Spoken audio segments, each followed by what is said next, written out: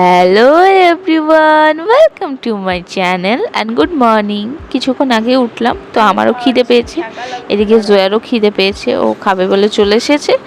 তো ভাবছি ফার্স্টে জয়াকে খাইয়ে দিই, তারপর আমি খেয়ে নেবো। আর ও তো বিস্কিট দিয়ে চা খেতে প্রচণ্ড ভালোবাসে, তো এই যে খেতেও শুরু করে দিয়েছে। আর ওই দিক থেকে একটা করে বিস্কিট আমাকে বের করে করে হাতে দিচ্ছে যে ওটা আমাকে খাও। তো আজকে ভাবছি জয়াকে নাড়া করিয়ে নিয়ে আসবো, কারণ চুলগুলো প্রচণ্ড বড় হয়ে গিয়েছে আর সামনেই শীত চলে আসছে, তখন তো আর নাড়া করা যাবে না, একটু অসুবিধাও হবে। তো আজকে গিয়ে নাড়াটা করে নিয়ে আসবো। আর ওদিক থেকে মা কল করে বলে যে গ্যাসে দেখ কিছু চাপানো আছে, ওই দুটো অফ করে দে। তো কি চাপানো আছে আমাকে বললো না, তো আমি গিয়ে দেখি যে এক জায়গায় ডোমর দেওয়া আছে, আর এই যে ওখানে দেখছো ওটায় পাকোড়া রাখা আছে একটা, আর এক জায়গায় তেল রাখা আছে। তো আমি পাকোড়াটাকে আগে গরম করি আর ডোমরটাকে অফ করে দিই ওই সময়ের ভেতরে। এরই ভেতরে চলো আগে আমার চিয়া সিড ওয়াটারটা রেডি করি, তাহলে খাওয়া দাওয়ার পর খাওয়া হয়ে যাবে। তো এই যে দেখছো হাফ লিটার একটু বেশি জল নিয়ে ওতে 2 চামচ চিয়া সিড দিয়ে ভালো করে এইভাবে ঝাঁকিয়ে রেখে দিচ্ছি আধা ঘন্টা মতো, ততক্ষণে এটা বেশ ভিজেও যাবে, তো খেতেও ভালো লাগবে। আর এই সময় খেলে না প্রচণ্ড জল তেষ্টা পায় আর অসুবিধা হয় আমার মনে হয়। একদিন খেয়ে ফেলেছিলাম কাঁচায়, তো প্রচণ্ড অসুবিধা হয়ে গেছিলো আমার। তো ওইদিকে মা বলে যে আমি শাড়ি পছন্দ করছি, তাড়াতাড়ি চলে আয়, কোন শাড়িটা নেব। আমি কোনো ডিসিশন নিতে পারছি না, দুটো শাড়ির অপশান নিয়ে বসে আছি। তো এই যে আমি চলে এসেছি, এসে দেখি যে দুটো শাড়ি মা নিয়ে বসে আছে, একটা এই যে ব্ল্যাক আর জিগজ্যাগ করা, আর একটা ওই যে মেরুন টাইপের ওই শাড়িটা। তো আমার তো কালোটা প্রথমেই দেখে প্রচণ্ড ভালো লেগেছে, আর মায়ের আগে ব্ল্যাক অ্যান্ড এই যে ক্রিম কালার যেটা আছে এরকম কোনো প্রিন্ট পড়েনি, তো মাকে বললাম ওটাই নিতে, তো মা বললো ঠিক আছে ওটাই নিয়ে নেবো। আর এই যে বাড়ি চলে এসেছি, বাড়ি এসে আমার যে পাকোড়াটা ছিল ওটাকে এবার খাবো, কারণ আমার খিদেও লেগে গিয়েছে প্রচুর, কারণ 11:30 বেজে গিয়েছে ঘড়িতে দেখলাম। আর এই দাঁতের জন্য না আমার খেতে প্রচণ্ড অসুবিধা হয়, ব্রেসেস লাগানোর পরে একটু অসুবিধাও হয়, দাঁতগুলো সামনেরগুলো মনে হয় প্রচণ্ড যন্ত্রণা করছে। তো এইদিকে আমি জয়ার এই যে টুপিটা আছে টুপিটা নিয়ে নিচে যাচ্ছি, কারণ এবার হবে জয়ার নাড়া। তো যে দাদাকে বলা ছিল, দাদা বললো এক্ষুনি আসতে, কারণ 12:30 বেজেই গেছে।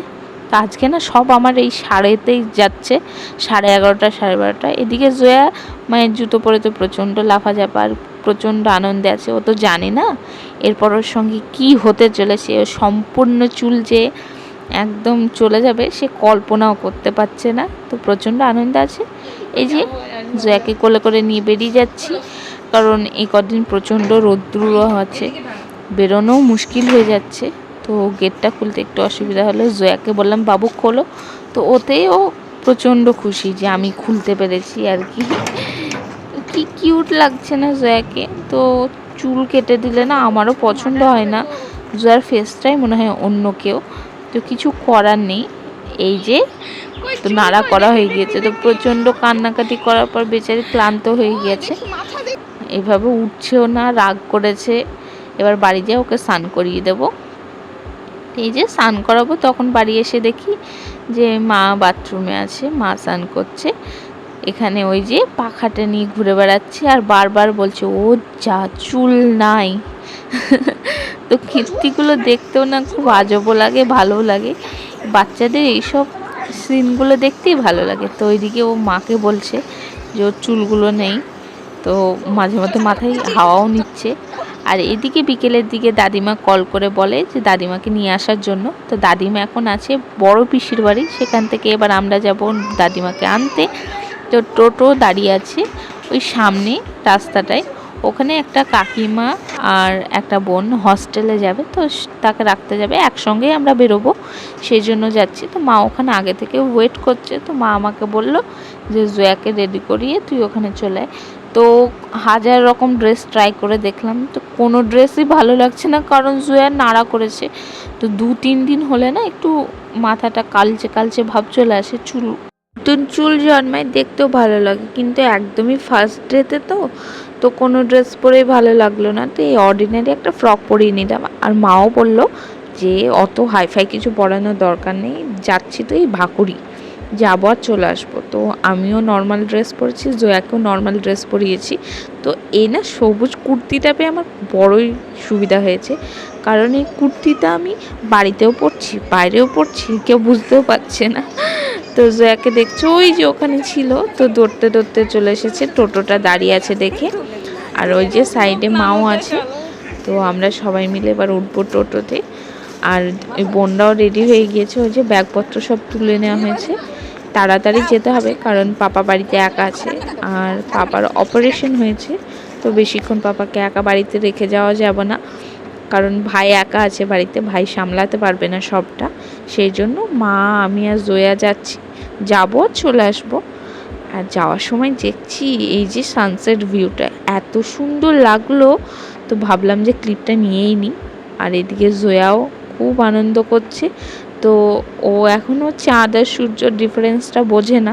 তো চাঁদটাও গোল হয়, সূর্যও গোল হয়, ওটা দেখে ও চাঁদকে দেখলেও চাঁদ, সূর্যকে দেখলেও চাঁদ। এদিকে এই যে সারগাছি স্টেশনে কাকিমাদের নামিয়ে দেওয়া হলো। এবার আমরা যাব ভাকুড়ির দিকে। এই যে যাওয়ার সময় দেখছি কি সুন্দর ফুল হয়েছে গাছগুলোতে। তো এই যে কিছু গাছ থাকে যেগুলো যত্ন না নিলেও খুব সুন্দর ফলন হয়, আর খুব সুন্দর সুন্দর ফুলও হয়। এদিকে রাস্তার ধারে ধারে দেখো কি সুন্দর ফুল গাছ লাগিয়েছে, আমার তো খুব ভালো লাগলো। তো ভাবলাম যে যাচ্ছি যখন রেকর্ডটা করেই নিই, তো তোমাদেরও দেখাতে পারবো। তো আমার তো খুবই ভালো লাগছে, আর এখন ফুলগুলো ফুটেছে বলে আরও বেশি সুন্দর লাগছে, নাহলে অন্য সময় এরকম চোখেও পড়ে না, খুব একটা ভালোও লাগে না। আর সবুজে এই যে গোলাপি টাইপের ফুলগুলো হয়েছে, এগুলো অসাধারণ লাগছে। কি ফুল সেটা জানি না অবশ্যই, তো মা আর আমি সেটাই বলছিলাম, এই ফুলগুলো যদি নাম জানা হতো তাহলে বাড়িতেও হয়তো লাগানো যেত। তো এই তো দেখো জয়া কি করছে।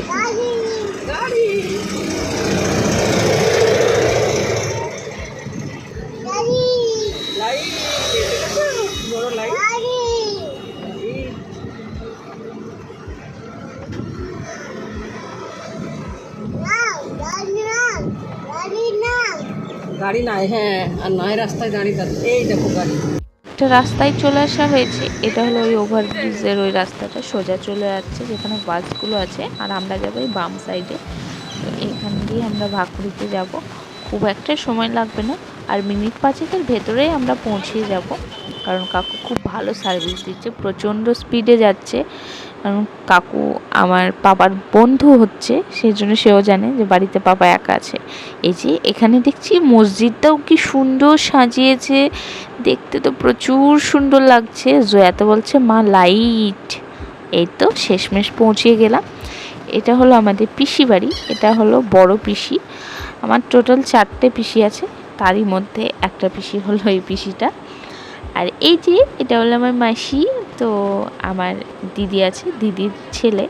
আর এটা হলো একটা ভাই, এটা আমার ছোট পিসির ছেলে। আর এই যে জয়া, তো এরা অনেকটা সমবয়সী বলে খুব ভালোভাবে খেলা করে, খুব একটা উৎপাতও করে না। তো বাড়ি আসার সময় শুধু বলছে মামা কই, মামা কই। তো আমি ভাবছিলাম কোন মামার কথা বলছে, শেষে বুঝতে পারি যে ও আরসালের কথা বলছে। তো এই যে সামনে দাদিমা বসে আছে, দেখতেই পাচ্ছ।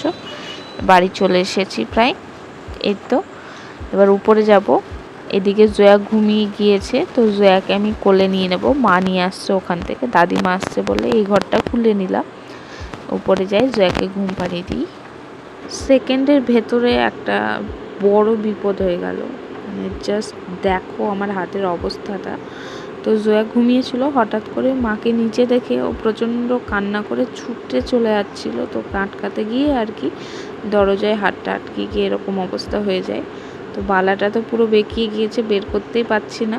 তো ঠান্ডা জলে অনেকক্ষণ হাত রেখেছি, ফার্স্টে আধা ঘন্টা তো কোনো সেন্সই পাচ্ছিলাম না হাতে, তো প্রচণ্ড কান্নাকাটি করছিলাম। শেষে একটু আরাম লাগলো, তো ভাবলাম তোমাদের দেখিয়ে দিই। তো চলো সেই জায়গাটা দেখে কি হয়েছে, জাস্ট দেখো সেকেন্ডের ভেতরে ওই জায়গাটা নীল হয়ে গেছে। আর এই যে দরজার ঠিক এই জায়গাটায় আমার হাতটা আটকে গিয়েছিল, তো এটা একটু এদিকে উঁচু হয়েছিল, কিভাবে আটকে গেছে আমি নিজেও বুঝতে পারিনি এইটুকু জিনিসের ভেতরে। তো এতটা পরিমাণে শক্ত, আমি এখন আর ওটাকে ঠিক করতে পারছি না, মানে কতটা চাপ লেগেছে ওটাতে। আর এই যে এটা হলো আমার হাতের দশা, তো আজকের মতো ভিডিওটা আমি এখানেই শেষ করছি। যদি ভিডিওটা ভালো লেগে থাকে please like share and subscribe to my channel. Thank you for watching. Bye by.